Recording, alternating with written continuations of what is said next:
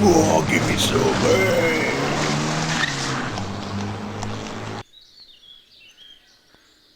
So Philip Moss is a factory worker in late 70s Poland who becomes he becomes a filmmaker at the same time as he becomes a father, and those two paths run parallel because they could cross over. They're supposed to at the start because he buys the camera so he can document his child's early years, the sort of pivotal moments in his child's life.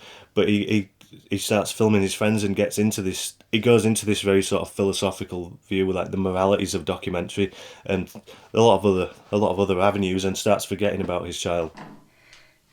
Filip, już. So we're thrown straight into the drama. Philip's wife is pregnant. She goes into labour quite early on, and while she's in the hospital doing that, he's at home getting drunk with his friends and talking about where the crib's going to go because he seemingly made no preparations at all.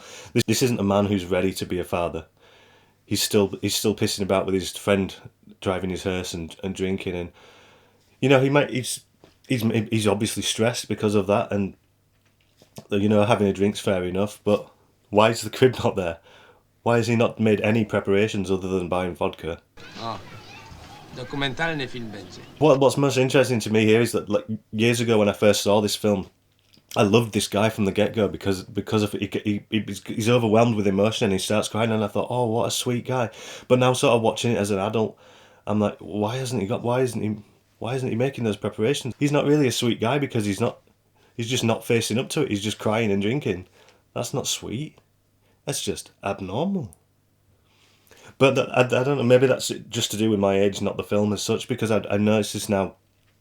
Like I was walking down the street the other day and I saw this quite big house, and it had an archway hallway thing leading into the house that was all made of glass.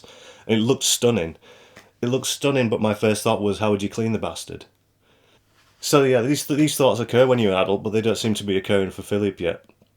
Which is why he's bought the camera, I think. And why it very quickly becomes his obsession. Not filming the child. Now he's almost instantly starts looking at the world through the lens rather than directly. So I think even like his drinking in the first scene is a way to sort of, you know, it's a way to loosen up and to get rid of the stresses of life. But is your wife being in labour the right time to do that?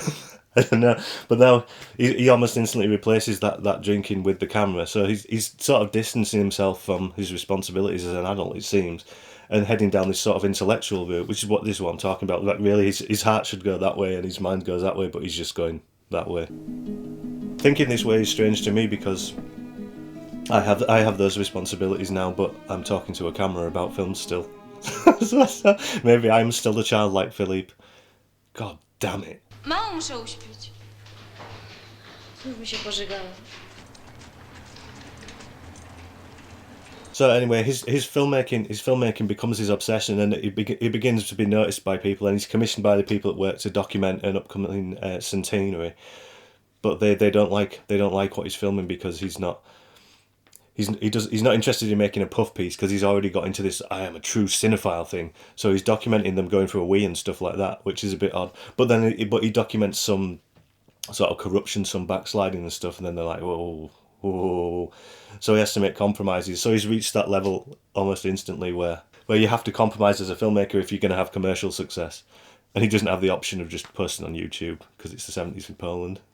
But his film gets into a film festival, and he's encouraged by other people, by this sort of filmmaking community, to begin to carry on doing this. And he's sort of emboldened by this and builds up this sort of towering rage against the censorship and against people preventing the right voices from being heard. Well, not the right voices, but from preventing all voices to be heard, which is again is something that I can relate to. But in his case, he's sort of he thinks he's going off on a quest for the truth, but really he's running away from it because he's got a baby at home that he's not even filming or giving any attention anymore. He's going off to these film festivals with these arty types, and then when he gets to one of them, the guy there just says, "All your films are shit. They're nothing to do with your experience," which is a fair point. Wiecne zdrowie. Nie, Stasieńku. No. Nie, ja nie mogę, ja mam kupę nauki. Ale ja pana pytałem, co dalej. So it covers a lot of ground on that side of the story about how because there's some scenes where he exposes something and people get in really bad trouble for it, and it was just a misunderstanding because of how he presented it, which is obviously something we can relate to right now with fake news and such. Like, you know, censorship can destroy the truth, but so can non-censorship, because it can be twisted and manipulated, and people can get hurt by being represented in the wrong way. Like that Rudy Giuliani jerking off in the Borat adjusting film, his trousers in the Borat film was doing. You know, about how filmmakers really need to think about whether they should do something rather than just whether they could. You know, like Julian Assange, I've never seen him give a real justification for WikiLeaks. Not saying that WikiLeaks is a bad thing, but it just irks me that someone would do something just because they can, and then just write some essays about potholes in Vietnam to try and justify it that make no sense at all.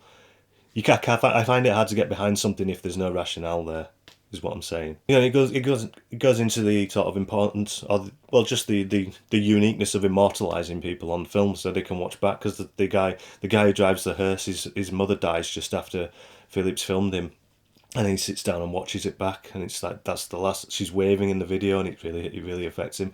So it's like it's the good and bad of cinema. It covers a lot of ground on that. The ups, the downs, the conflicts, the morals. Fish, chips, peas, and a butty, all for 50 pence. Tu ciągle jest. Piękne to jest. No, but maybe it's got a bit too much there though, because I feel it goes far too far out into the philosophical and just leaves the emotional behind. But then that is sort of the character's arc. I mean, that's the point of the character. And the guy who talks about it being his own experience and that was where he started out, was filming his daughter, and he completely forgets about that and goes off filming other people and trying to fight other people's fights. You know, not that there's anything wrong with that, but there needs to be a balance there. So yeah, I'm not sure I'm assuming that Kieślowski knew what he was doing because it's Kieślowski. Na ogół lubią stosunki. W pracy mojej bardzo dobrze się. Yeah, having said all that about him sort of going off and being a shit and stuff, like the main actor Jersey Shore, he has such a lovable face.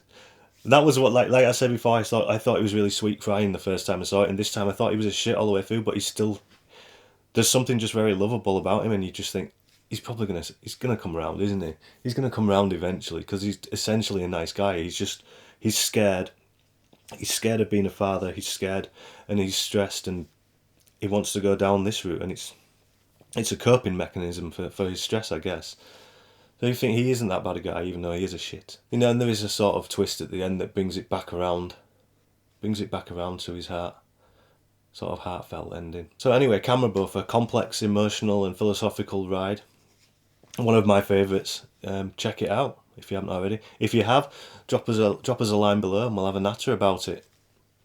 What is your favourite Kieślowski in general? And you can subscribe if you like, it's entirely up to you. But regardless, I'll be back next week with another reviews on Realism. Thank you.